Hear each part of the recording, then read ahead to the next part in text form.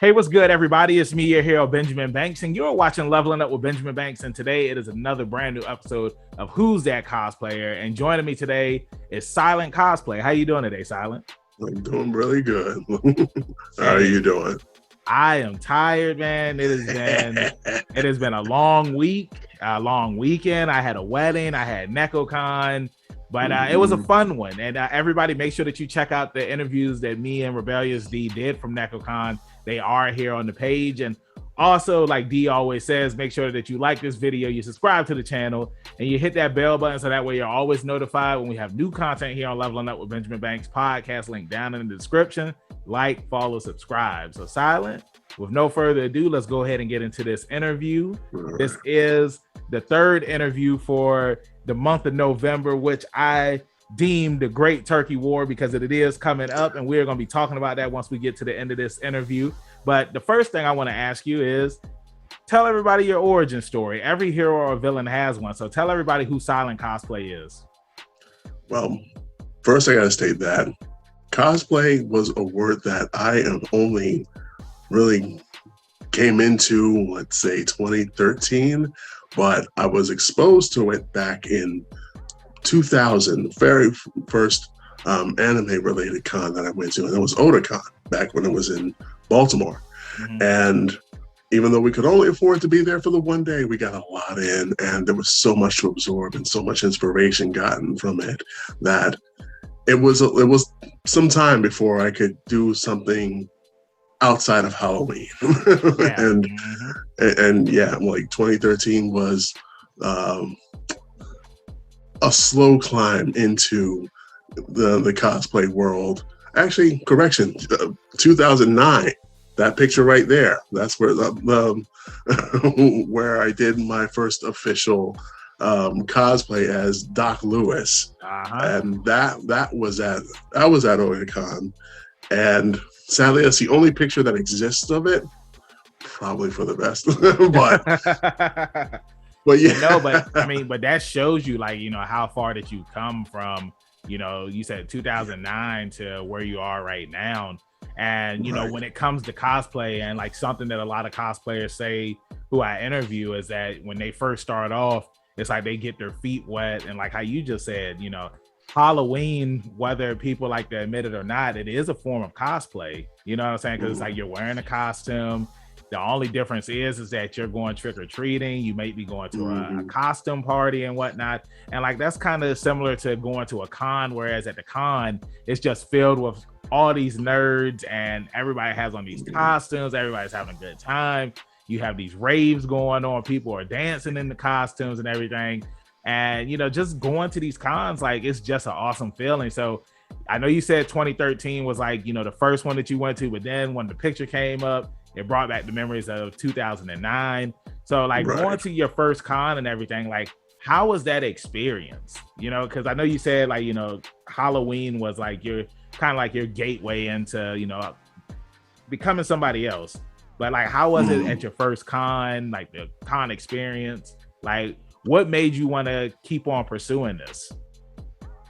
Well, that first con that I went to back in like 2000 and then 2001, there was no cosplay involved. It was just regular clothes, taking a bunch of pictures, and just being, like I said, being inspired by everybody that was there. But, you know, between the funds and, at the time, low self-esteem, just didn't really have that type of like drive to get involved with it as much as I am now, of course.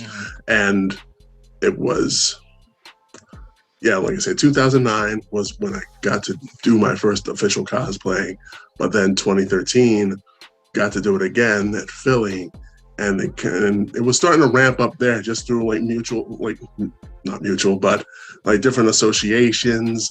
And I believe it was actually 2018 where there was a bold idea of the group cosplay that ended up happening at BlurredCon that really set me off. Like, all right, people accepted me as this character that I look nothing like the traditional style. So let's keep going with that.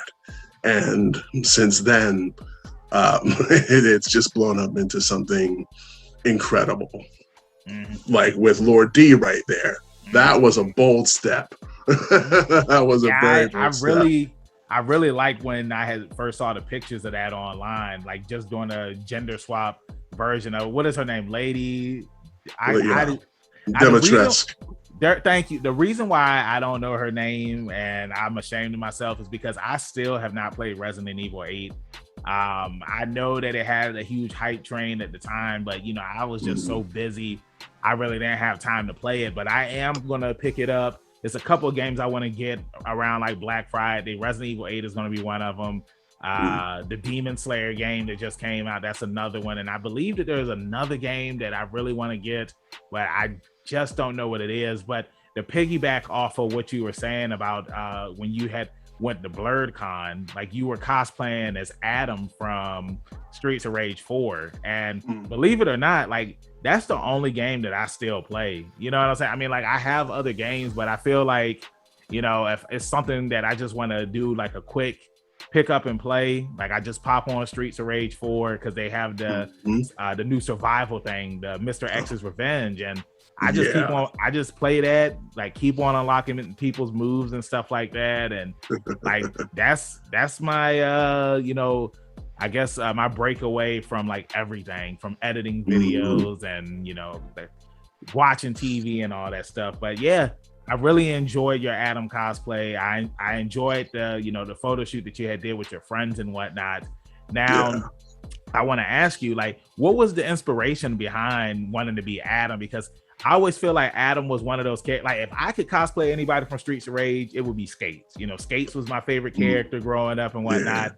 And I feel like with Adam, he was in the first Streets of Rage game, and then I don't know why they took him out. You know what I'm saying? But I was so happy that they brought him back with Streets of Rage 4. So yeah, tell everybody, what was the inspiration behind all of that? Well, the year before, well, actually, it was 2019, where I did Axel, and I'm sitting here thinking, it's still in pre-production. Maybe they'll bring Adam back, and if they do, by the time there's a con for it, there it is now. I will be Adam, whatever he looks like. And I remember my brother telling me that when they had the announced trailer for him, I marked out bad. It was dope, and he's badass in the game too. Oh yeah. Like they made up for his absences. Like he was captured in part 2. He had a cameo in part 3. And they did my boy dirty, and it's just sweet because it's like you get his daughter Cherry in this game, so it's like not only do you get because Cherry, she is like for me, she is the second coming of Skates. You know what I'm saying? Yeah. And I love the fact that it's like they included the original characters from Streets of Rage 1, 2, and 3 in the game. So it's just like if you want to play with some of the older characters, you can.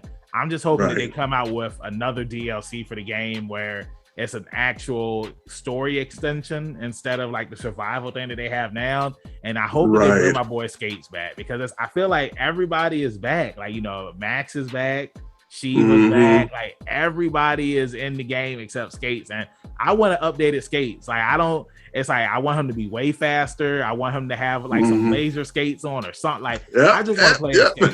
You know what I'm saying? It's like Skates is my dude, man. And it's like I just remember, like as a kid, like I just used to play. That was the only person I played with. I played with him and Max. I never played with Axel and Blaze. I always played with Skates and Max, and then they took Max out of Streets of Rage 3, and then that pissed me off. And then we got Fighting Force, which was technically Streets of Rage 4. Streets of Rage 4 came out. But hey, I can go on about Streets of Rage 4, but I want to go back to like the con experiences and whatnot. Like, what are some of your favorite experiences that you've had going to cons over the years? Going back to 2019, with this particular outfit, for BlurredCon, the theme was Blurred Magic. And I knew there was going to be a ton of like Harry Potter stuff, Doctor Strange, and just other popular magical characters. And my brain just decided to go old school and go and pick Xavier from Eternal Champions, which unless you are like a fighting game aficionado, you're like, what? Well, never heard of that. And it's justified because it only had 2 games. They talking about Adam getting done dirty. That series got done dirty, but that's a whole other topic. I didn't even know there was a second game. I only knew the first one. Oh yeah. The second one was Sega CD, but anyway, yeah, exactly, yeah. But yeah, like I decided to get this, and this was also the first time I had a costume completely made for me. Nice. Right, like this necklace was made by a friend of mine, Crystal, who runs Crystal Creations. A theater friend that a theater friend of mine, Mary Kay, designed this entire outfit. There's a staff that's with it, leaving that in storage. That was made by Subi Fan 01, and everything just came together so well, and people were taking pictures of me not even knowing of the character. They just liked the look of it. One cosplayer though, as soon as I said his name, he was like, "Oh!" He just decided to took pictures of me in the pose. He even corrected I was posing like this. He's like, "No, he had it like this." I was like, you're right. You're right. That's awesome. That's always a good feeling, like when you're wearing a cosplay and it's just like people are hyped, man. Because it's like, for NecoCon that just passed, this was my first year actually cosplaying as anime characters. I had always went as something that like was somebody from like my child, like Big Smoke, you know what I'm saying? Like simple outfits that you could do. But this year I did Deku from My Hero, and of course I got Deku here on the table with me, and then I did Jotaro, which is somewhere up there. And it was just cool. I mean, like, so many people want to take pictures. Somebody had asked me to do a double Detroit Smash with them as Deku, and like when I saw a video of that. and look, man, when I'm cosplaying, because I say this all the time when I have cosplayers up here, it's just like when you are cosplaying as this character, yes, it's fun to wear the outfit, but it's even more fun to act like the character. And like when I was Deku, if I saw somebody cosplaying as a My Hero Academia character, I was talking to them as Deku. Like I had saw this one girl, she was cosplaying as Eri, and I was just like, "Eri, how are you doing? Like I haven't seen you in so long. How's Zawa taking care of you?" And she was just like, "Huh?" And I was just like, "You don't remember me? I saved your life. I saved you from Overhaul. Remember you were on my back?" And she's just like, "Oh my God, like you caught me off guard." And I was like, "Look, when you're trying to be the number one hero, you catch everybody off guard." And then when I was Jotaro, it's just like whenever somebody wanted to take a picture with me, I was like, "Yar, this a like good grief." Good grief. Like I was looking at it, and of course, like I would be like, "All right, let's put your back on mine," and then I would do the pose and everything. And what was cool about Jotaro, just like with the cosplay that you're wearing right now, is that while there were other Jotaros at NecoCon, I was the only Jotaro that was from part 4. Like all of the other Jotaros were all from part 3, which right. You know what I'm saying? So it's like I was the only one, and like that white outfit, like that, it was popping. You know what I'm saying? It's like I took pictures outside. The wind was blowing. I was just like, "Yo," I felt like the man. So I totally understand where you're coming from when it's just like you're wearing this outfit and like all these people are just giving you praise, showing you love. When you post it in the Facebook groups, you getting love and all that stuff. So I want to ask you, what is your favorite cosplay that you've done so far? That you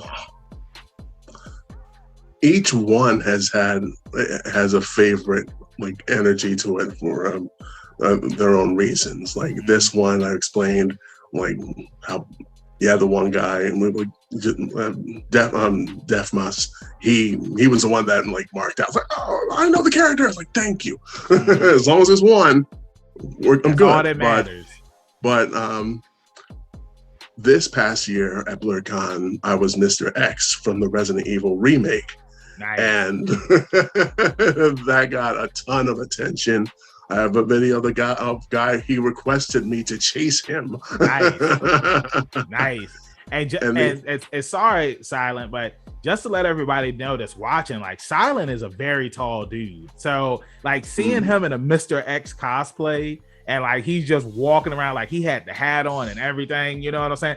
I would be afraid, you know what I'm saying? Yeah. So continue the story. I just want to let all of the viewers know that you're tall. Like, and matter of fact, how tall are you?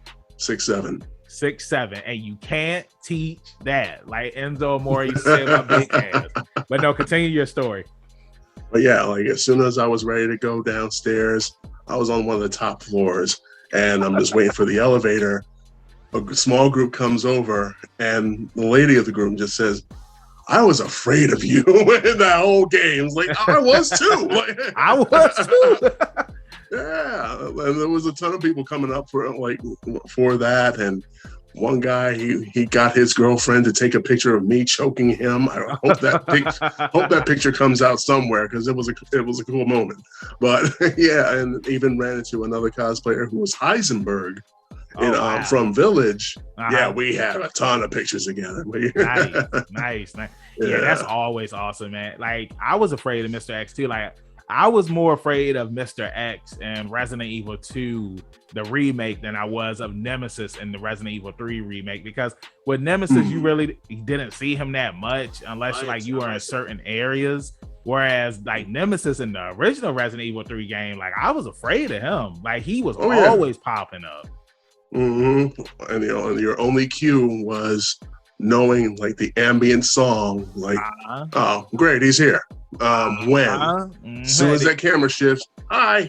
And then you would just come out of a room, you would hear stars, be like, God dang, man. But no, I know like on the Resident Evil 2 remake, I remember it's like the first time I had saw Mr. X because in the original Resident Evil 2, I never played the part I never played the part B missions for the characters. I only played the part A. So I never even saw Mr. X in the original game. So when I encountered him in this and I heard that, he was only a part B character in the original game, but in this, like he just chases you throughout the entire thing. And like I took him down the first time. I used all my ammo on him. And then he just got back up and I was just like, yo, like, did I really just waste all my ammo on this guy? Yep. And then like he just chases you the entire time. Like one of my favorite moments from that game, and I want to ask you this too.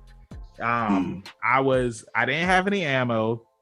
I ran in the hallway. As soon as I ran in the hallway, there was a liquor in the hallway. And in the liquor, he pounced on me. Luckily, I had a knife. I was able to get him off of me. And as soon as Leon gets up, Mr. X is walking down the hallway. He's tilting his hat. I'm just like, come on.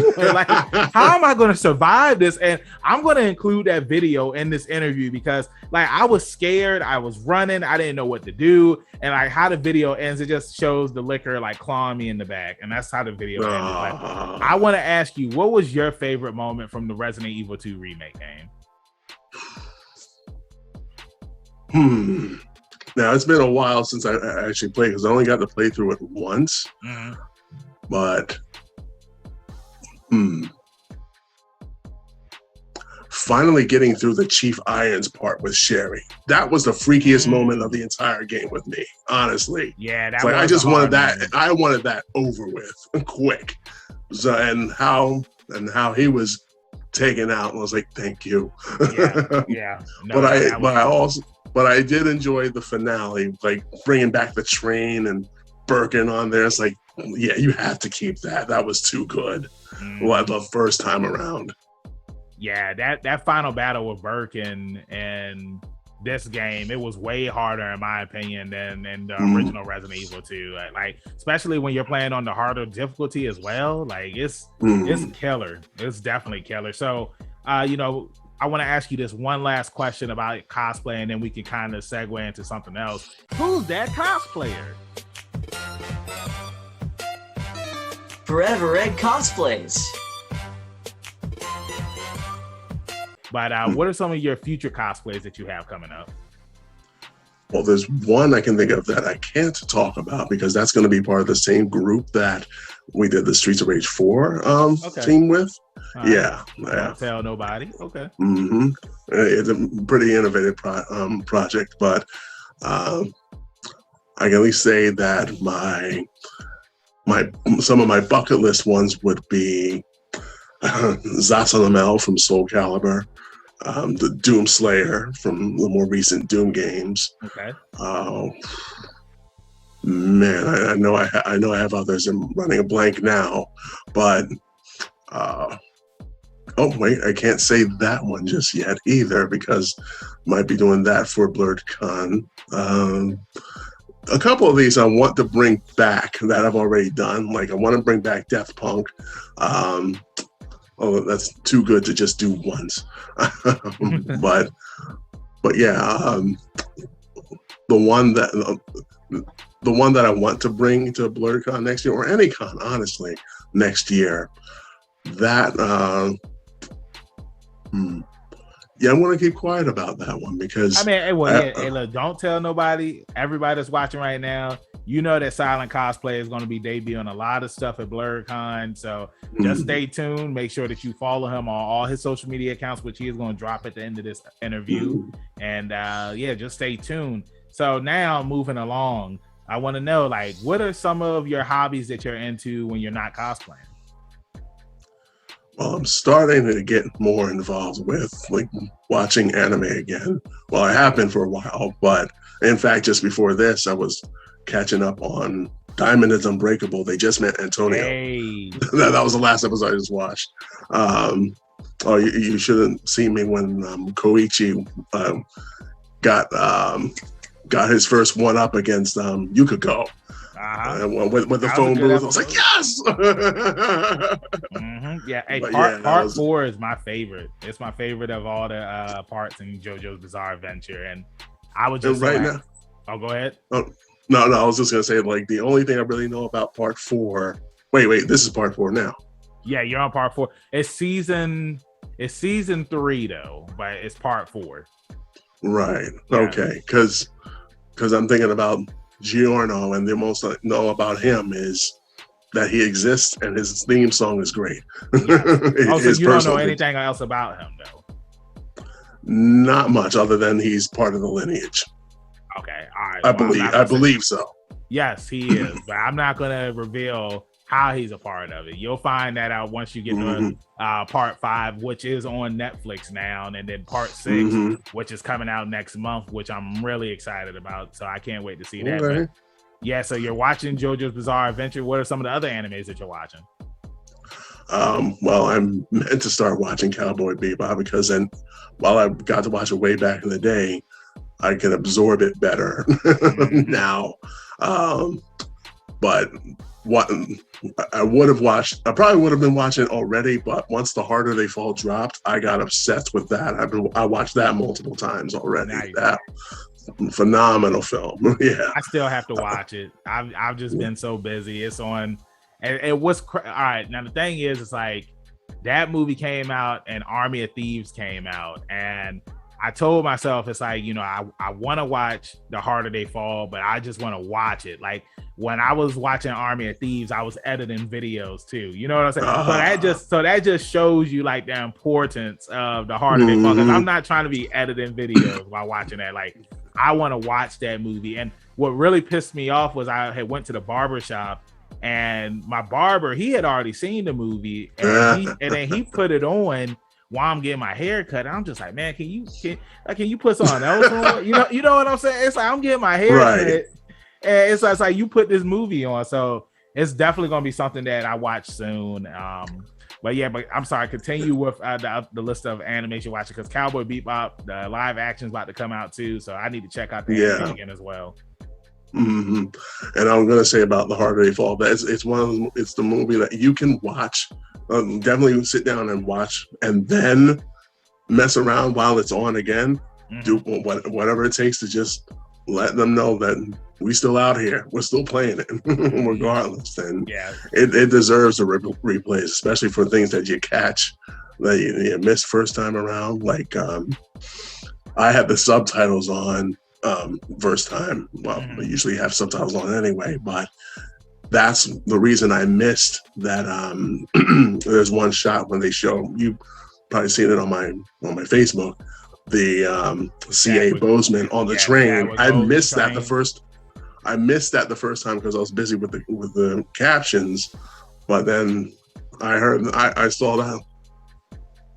Yeah, damn. Hey, I'm the same way. Like when we were doing our reviews for for Marvel What If, and like when we watched the episodes that had T'Challa up there, and just hearing Chadwick Boseman's voice, I was just like, man, yo, like it's hard, you know what I'm saying? Right.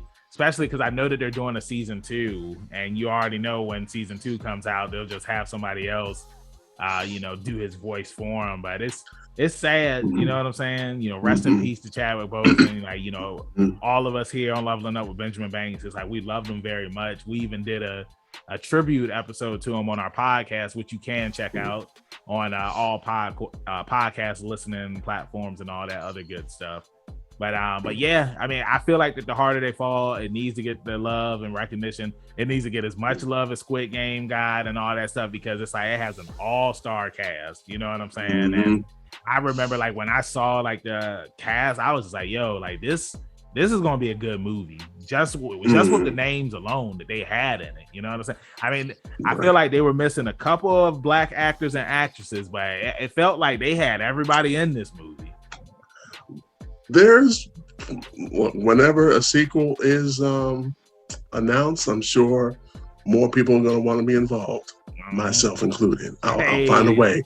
I will find a way. Yeah, because I saw that you're an actor as well. Yeah, so like, how did you get into acting? Seems to be always in the blood in a way, but just being around like certain people and just being able to weave your way into productions here and there, whether it was like a one or two line part for a short film. Theater is what really took things off in a way, and it just helped like build other connections to the point where I can just continue going on with it. And even just recently, I finished filming a part for a movie which now is called Goat Man. And I can only say so much else about it right now, but yeah, that's I really enjoyed my time filming for that, and that's awesome. Yeah.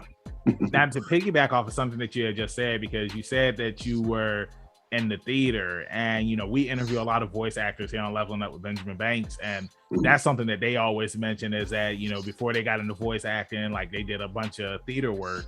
Now, as voice acting, is that something that's on the plate as well that you're trying to get into, or you know, any thoughts about it, or have you done any voice acting work? I actually have, and what's funny is I was doing a lot of voice acting work on top of some of the like on-camera films that I'd done. But when it came to my first audition for theater, I was so used to being in front of the mic that I didn't even think about projecting. So the director, Gabrielle, she took a chance on me, and even admitted at some point that I was the last choice, but I still got the part, and it was as Crooks for Of Mice and Men. Oh, nice. And yeah, it was great to add a bit of a comedic element to him in a way. And one of my favorite things about it was how one person in the audience, and I was 35 at the time, 34, 35 at the time that this was done. Someone thought I was a legit old man because I was doing a lot of like improv, channeling my inner John Witherspoon, rest in peace to him as well. And at the time, just like throwing that little mannerisms into there, and just the way I was delivering the lines got nice laughs from the audience. Yes. That's awesome. Because if you know the story, you need humor in that. Yeah, of course. Yeah. It's a pretty dark story. You know what I'm saying? For what it is.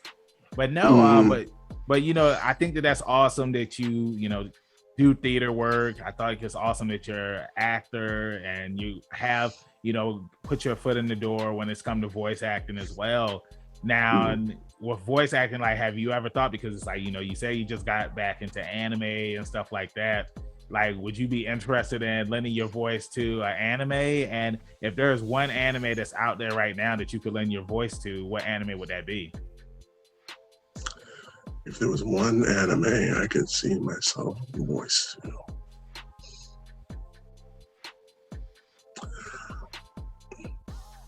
what's funny is I could see if they were ever to do a new anime based on Darkstalkers,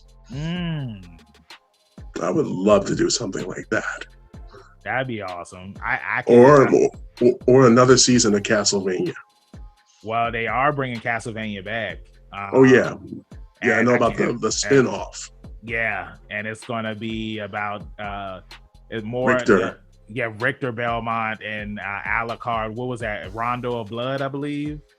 Right. Yeah, Rondo of Blood is that story. So yeah, I'm looking forward to that as well. Okay. Yeah. Like I could definitely see myself being part of Castlevania.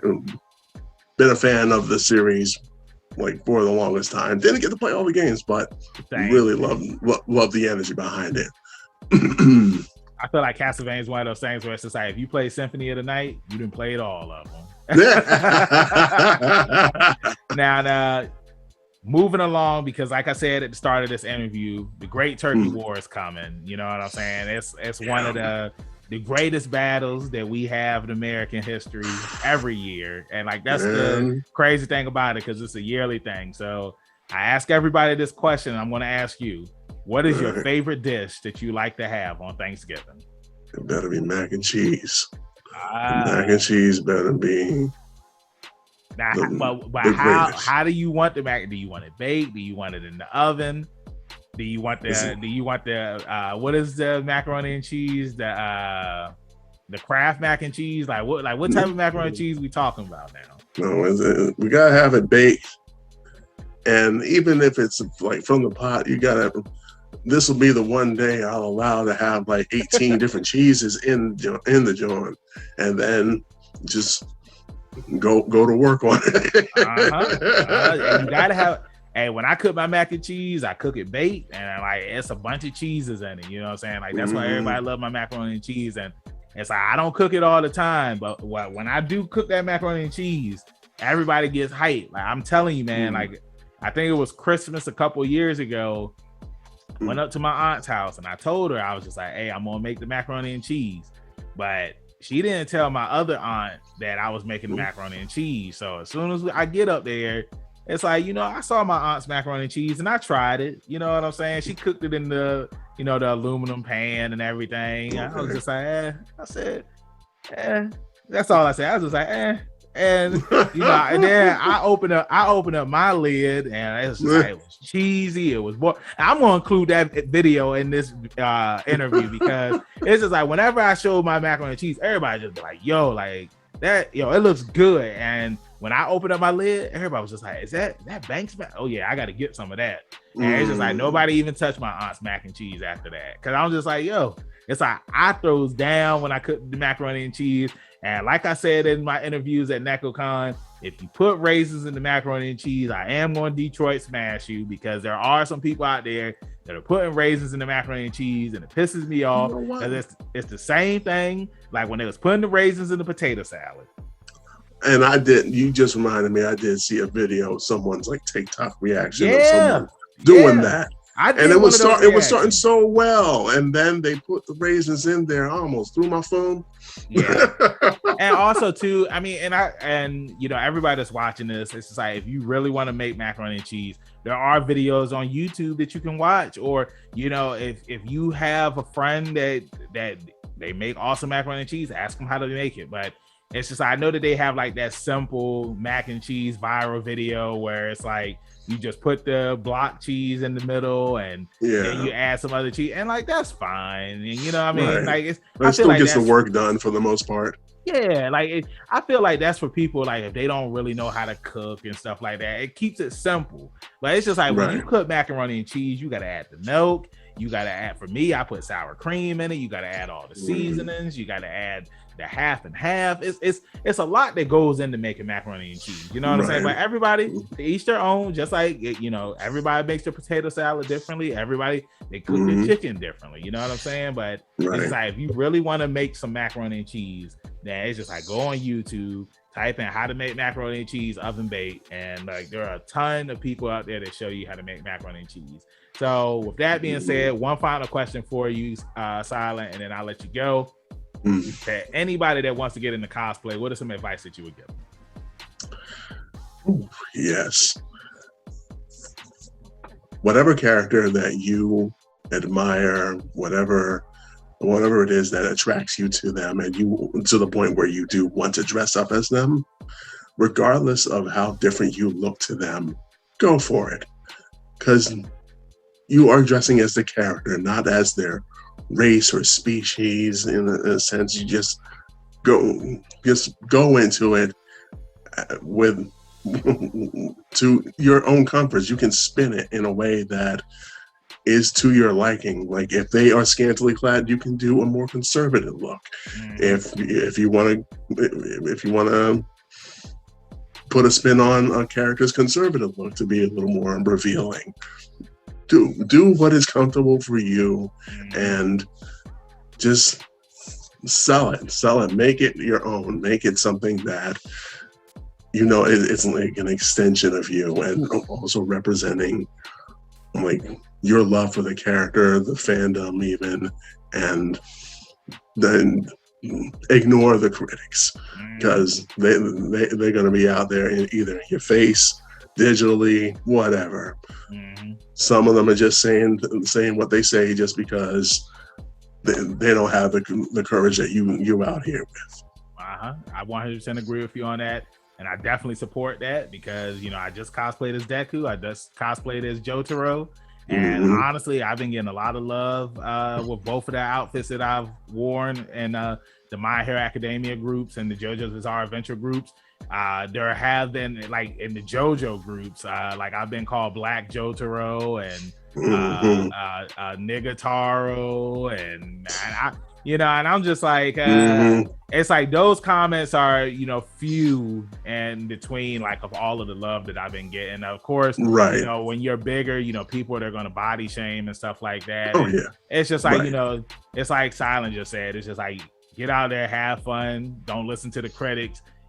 One of the things too, a lot of people that, body shame and say that you shouldn't be this because of the color of your skin, they don't have profile pictures up of themselves. It's just anime characters. And like I always say, it's like, if you have an anime character as your profile picture, your opinion doesn't matter. You know what I'm saying?